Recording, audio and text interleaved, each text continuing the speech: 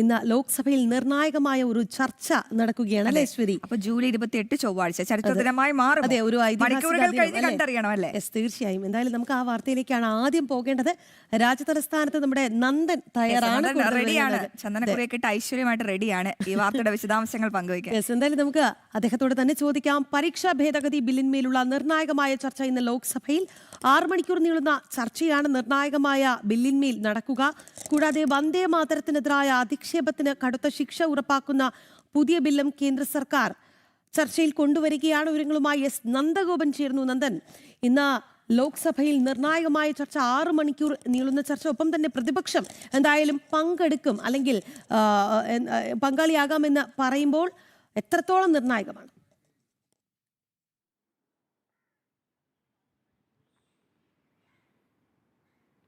Rahi, Aswathy, good morning. ഇന്നലെയാണ് ഇതുമായി ബന്ധപ്പെട്ട്, അതായത് പരീക്ഷാ ഭേദഗതി ബില്ല് ലോക്സഭയിൽ മിനിസ്റ്റർ കേന്ദ്രമന്ത്രി ജിതേന്ദ്ര സിംഗ് അവതരിപ്പിച്ചത്. എന്നാൽ ബില്ല് അവതരിപ്പിച്ചത് പ്രതിപക്ഷ ബഹളത്തിനിടെയാണ്. ബില്ല് അവതരിപ്പിച്ചതിന് ശേഷം സ്പീക്കർ പലതവണ ആവർത്തിച്ചു, ഇത് ഭാവി തലമുറയുടെ വിഷയമാണ്, രാജ്യത്തെ യുവാക്കളുടെയും യുവതികളുടെയും ഒക്കെ തന്നെ ഭാവി തീരുമാനിക്കുന്ന ഒരു നിർണായകമായ ബില്ലാണ്, അതിന്മേൽ ചർച്ച നടത്തുവാൻ വേണ്ടി പ്രതിപക്ഷം തയ്യാറാകണമെന്നുള്ളത്. എന്നാൽ സ്പീക്കറുടെ വാക്കുകൾ പ്രതിപക്ഷം ചെവിക്കൊണ്ടില്ല എന്നുള്ളത് മാത്രമല്ല, സഭ അകാരണമായി സ്തംഭിപ്പിക്കുകയായിരുന്നു. തുടർന്ന് സഭാ നടപടികൾ 11 മണിക്ക് ചേർന്ന സഭ വീണ്ടും 12 മണിയിലേക്ക് മാറ്റിവെച്ചു. 12 മണിക്ക് വീണ്ടും പ്രതിപക്ഷ ബഹളത്തെ തുടർന്ന് അത് 2 മണിക്കിലേക്ക് മാറ്റിവെച്ചു. അങ്ങനെ നിരന്തരം സഭ മാറ്റിവെക്കുന്ന അവസ്ഥയായിരുന്നു. തുടർന്ന് 5 മണിക്ക് വീണ്ടും 6 മണിക്കൂറത്തെ ചർച്ചയ്ക്ക് വേണ്ടി 5 മണിക്കൂർ സഭ വീണ്ടും ചേർന്നു. എന്നാൽ വീണ്ടും പ്രതിപക്ഷം സഭ സ്തംഭിപ്പിക്കുന്ന അവസ്ഥയായിരുന്നു ഉണ്ടായിരുന്നത്. പിന്നീടാണ് ഇന്നത്തേക്ക് ചർച്ച മാറ്റിവെച്ചിരിക്കുന്നത്. ഇതിനോടകം തന്നെ കേന്ദ്ര പാർലമെൻ്ററി കാര്യമന്ത്രി കിരൺ റിജിജു പ്രതിപക്ഷത്തോട് അഭ്യർത്ഥിക്കുകയുണ്ടായി.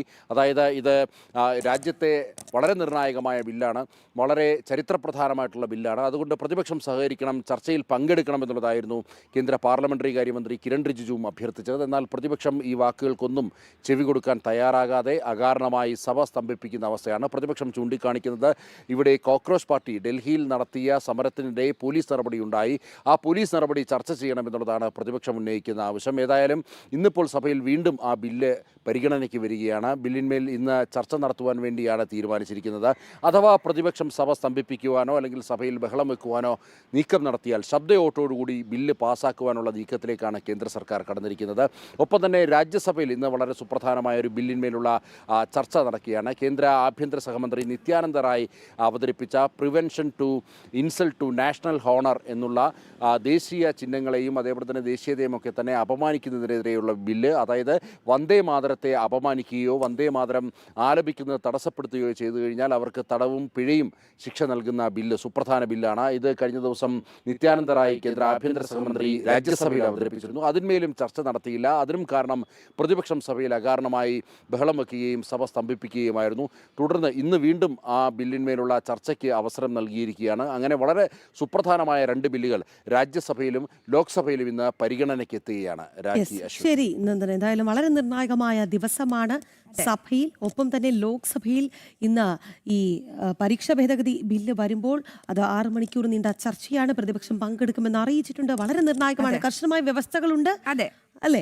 അതെ, പ്രത്യേകിച്ച് പ്രതിപക്ഷം ഇനി ബഹളം വയ്ക്കാനൊരു ശ്രമം അങ്ങനെ ഉണ്ടായാൽ അത് ശബ്ദ വോട്ടോടുകൂടി ഈ ബില്ല് പാസ്സാക്കും. ഇതിനു മുമ്പ് കണ്ട ആർക്കാണ് നഷ്ടം? പ്രതിപക്ഷത്തിന് തന്നെയാണ് ആ ചർച്ചയിൽ പങ്കെടുക്കാൻ സാധിക്കാത്തത് നഷ്ടമായി വരിക.